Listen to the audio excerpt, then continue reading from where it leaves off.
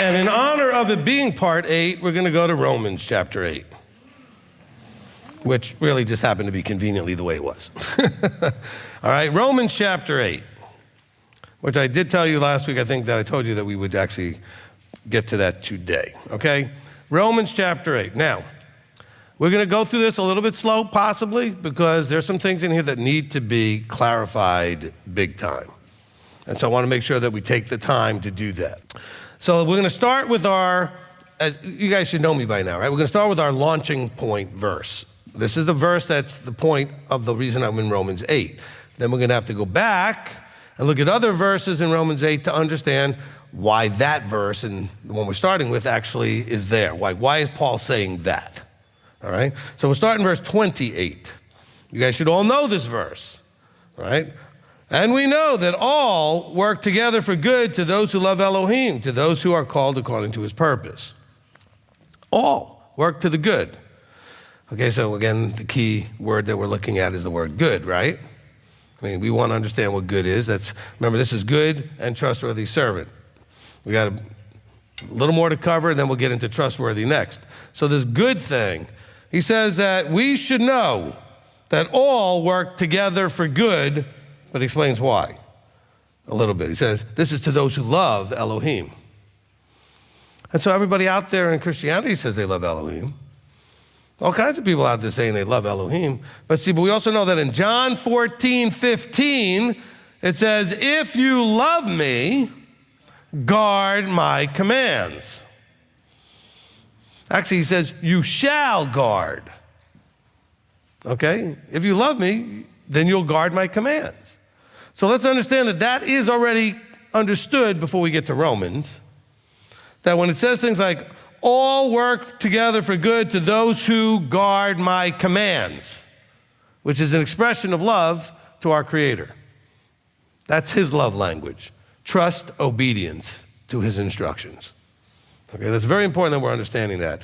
So we have this verse, it's verse 28. So clearly Paul's been talking about other things before he got to this point. So why is he saying this? Why is he talking about all things working together for the good to those who love Elohim, to those who are called according to his purpose? So what does it mean, called according to his purpose? He called you for a purpose. Okay? Not like he called you according to, well, his purpose was to call a bunch of people. No, he called you because he has something for you to do. You're called according to the purpose, in other words, the thing he wants people to do, and he chose you to be one of them. So all work for the good to those who are guarding and keeping the commands, who are doing the commandments, and are doing these things according to the purpose that he called you to in the first place. So you're called to this purpose. Because a lot of this stuff is what Christianity uses to just water everything down, okay? And also, what we're going to get earlier in the chapter, we're going to see to attack Torah observance. Let's go to the beginning of the chapter. Okay, verse 1, chapter 8. There is then now no condemnation to those who are in Messiah Yeshua, who do not walk according to the flesh, but according to the Spirit. Okay, I started here because this is a new thought starting. We finished with what was going on here in chapter 7. There is a connection. We could go through the whole letter. And he says, you need to understand that there's a thing that we're talking about now called the flesh and a thing called the Spirit. And the rest of this is the context of what is being addressed. There's a comparison between these two. He says, this then, there's no condemnation to those who are in Messiah Yeshua, who do not walk according to the flesh, but according to the Spirit. Now, in your ISR, ignore the word Torah, put the word law, because they confused it and made a mistake, okay? The Greek just says law.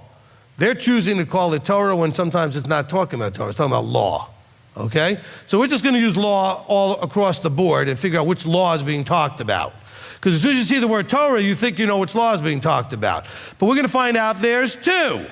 There's the law of the flesh, which is the law of sin and death, and there's the law of the Spirit, which is the Torah.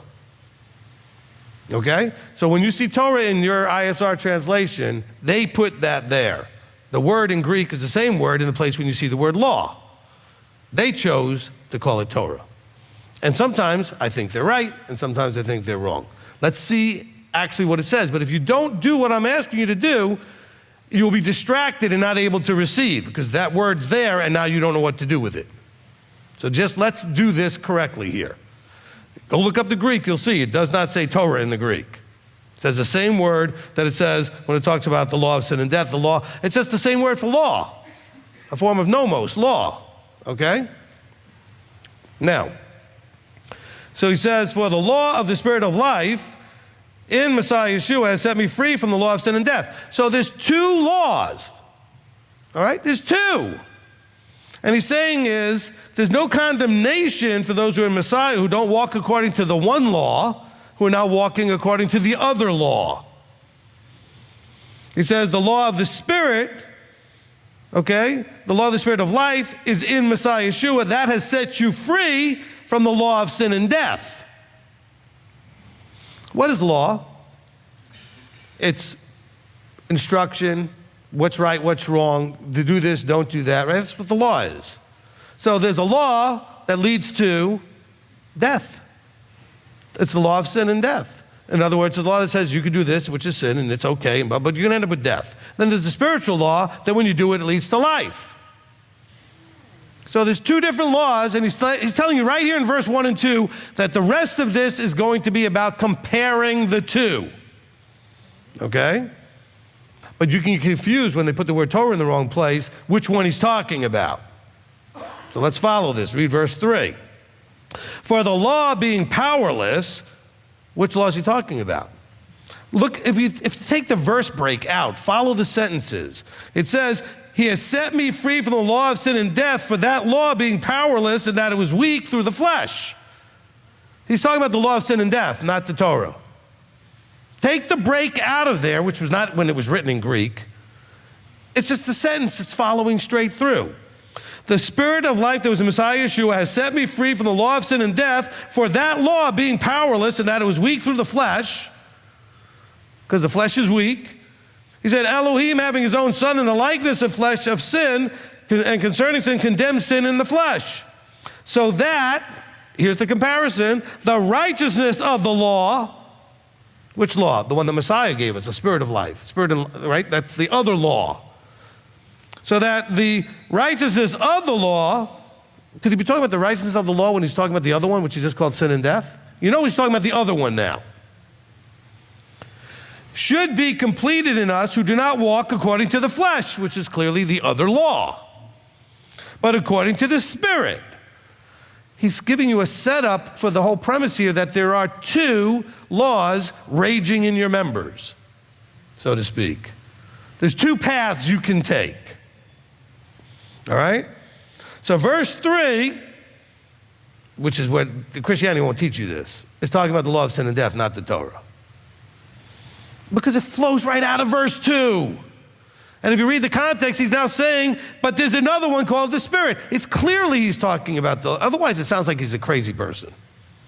And you can't understand what he's talking about. But see, ISR did not help you with this. I like the translation generally, but they put the word Torah where it doesn't belong. It's referring to two laws, one of which is the Torah, but these guys didn't get it right. So let's follow. So he says the law of sin and death was powerless. It couldn't do anything to save us, deliver us, give us life because it was weak because of the flesh. He says, Elohim having his son in the likeness of flesh of sin and concerning sin, condemned sin in the flesh, so that the righteousness of the other law, which we see at the end of the verse, should be completed in us who do not walk the one way, but walk the other way. By the way, we still have to do the walking. He doesn't do this for us. But now our walking, according to his purpose, works for the good. You're following that now. He says, so that the righteousness of the law should be completed in us who do not walk according to the flesh, but according to the Spirit. So the law of sin and death is what? Flesh. The law of Spirit is life. That's the two comparisons. So what are the two laws? Well, what man thinks is right, sin and death. What Yahweh says is right, Spirit, life. It's very straightforward, but we've convoluted it, translating it in whatever, okay?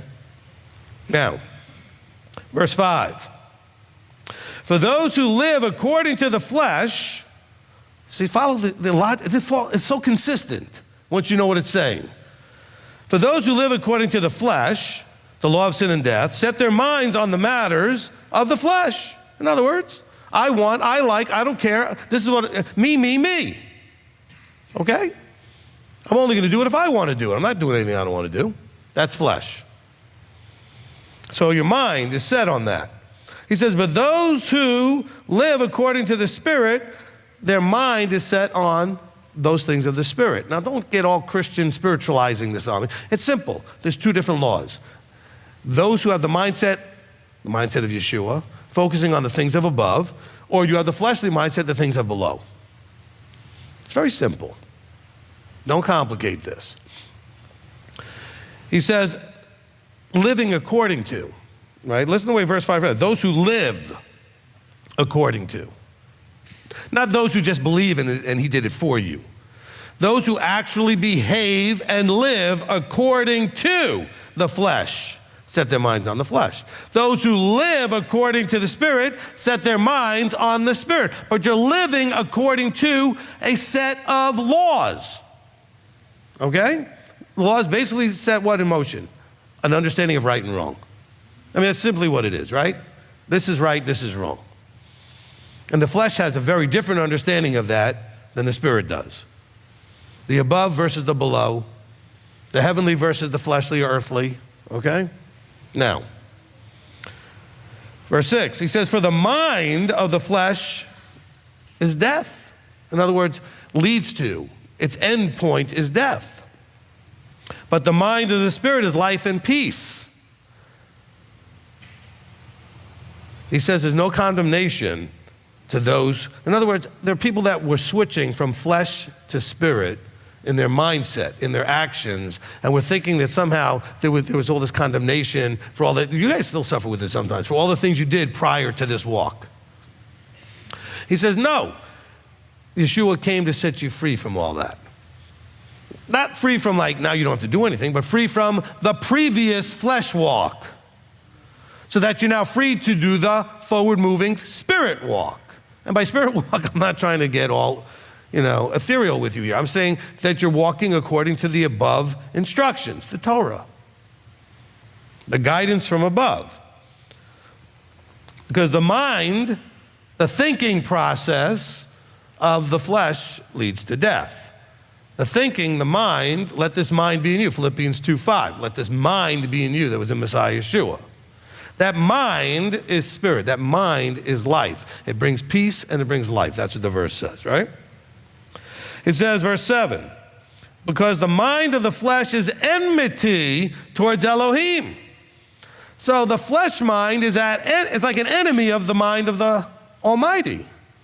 It's at enmity, which means it's an enemy of, okay? It's an adversarial position towards the Creator. For it does not subject itself to the law of Elohim. See, it's still comparing two laws. Now, you could put the word Torah there if you wanted, because that's actually correct. But I'm just saying, let's just keep it law. Okay? When you will not subject yourself to the instructions, the law of Elohim, then you're an adversary. You're an enemy. Your mind is at enmity towards Elohim, because it won't subject itself.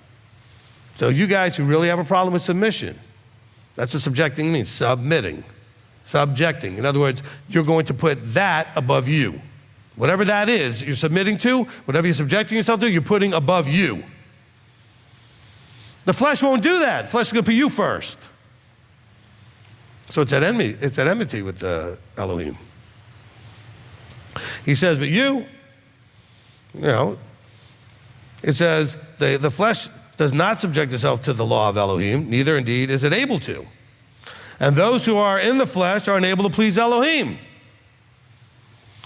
See, all of this, how could you read this, well, you know how people do it, and think that somehow it's trying to tell you, well, this law of sin and death and flesh is somehow the Torah. I don't know, but isn't that what they teach you, though? Oh, that's talking about God's commandments, and they're bad, and it's, No, it's saying you're coming up with what you think is right and wrong. That's bad. He needs to come up with it. And he guides us, and he instructs us. Because he says, and this is where you should be really nervous, think about how much you submit to him, how much are you subject to him, and understand that if you do not, that means you're in flesh, and if you're in flesh, you're unable to please him. You're not going to hear, well done, good and trustworthy servant, which is clearly a statement of someone who's pleased with you if you're running around in the flesh all the time, okay? If you're always thinking and acting in a fleshly way. You've got to be in a spirit in the above way, in an Elohim way. That's a mindset. He tells you it's a mindset. As you think, so you do, okay? And so if all you're thinking about is, I don't want to do this, I don't like it, I think that's not fair, and I want to do this, then guess what? You're going to behave in that manner. What you want, you're going to do, and what you don't want, you're not going to do. And you're not going to subject yourself. And guess what? It literally says you're going to be unable to please Elohim. I don't want to be in that position. I know you don't want to be in that position. Verse 9. He says, but you are not in the flesh, but in the spirit. Oh, good. Let's just stop there. Wait. There's another word right after that. If. Oh, those little words that get to be so much problems. You are not in the flesh, but in the spirit, if indeed the spirit of Elohim dwells in you. And if anyone does not have the spirit of Messiah, this one is not of him. Now, you can say, oh, see, there you go. It's just about having his spirit, whatever that ooey-goo, whatever that is, right? That ethereal thing. Wait. He said more. Okay? He said, and if Messiah is in you, the body is truly dead on account of sin, but the spirit is life on account of, what was that last word? Righteousness. Oh, righteousness, I'm sorry to mess up all you Christians out there, is something you do. It's not something that was done for you, okay? Just so you know, scripturally, it's something you actually do. So what is he saying here? He's saying that the flesh does certain things and behaves certain ways and does it according to its own understanding of right and wrong. The spirit has its ways of doing things according to what Elohim has said to do. One leads to death, one leads to life. And then what he's saying is that if you are Messiah, and if Messiah is in you, guess what? You're going to more likely choose life. And how are you going to prove and show that and demonstrate that? The spirit of life is on account of the righteousness. Okay, you're going to do, instead of doing sin and death law, which the body is truly dead on account of sin, okay? So now that body's dead. But Messiah gives you back life, brings you back to life, tells you how to have life.